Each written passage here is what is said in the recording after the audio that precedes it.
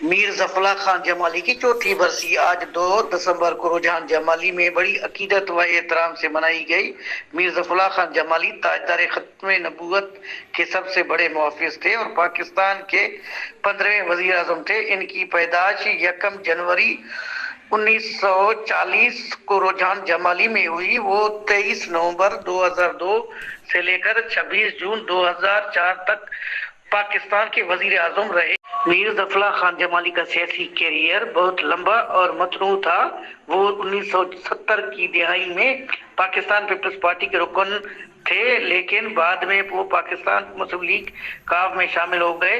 وہ 1985 سے 1988 تک بلوچستان کے وزیر اعلیٰ رہے اور بعد میں 1996 سے 1999 تک سینیٹر رہے۔ 2002 کے عام انتخابات میں انہوں نے پاکستان مسلم لیگ کاف کی نمائندگی کی اور وزیر اعظم منتخب ہوئے۔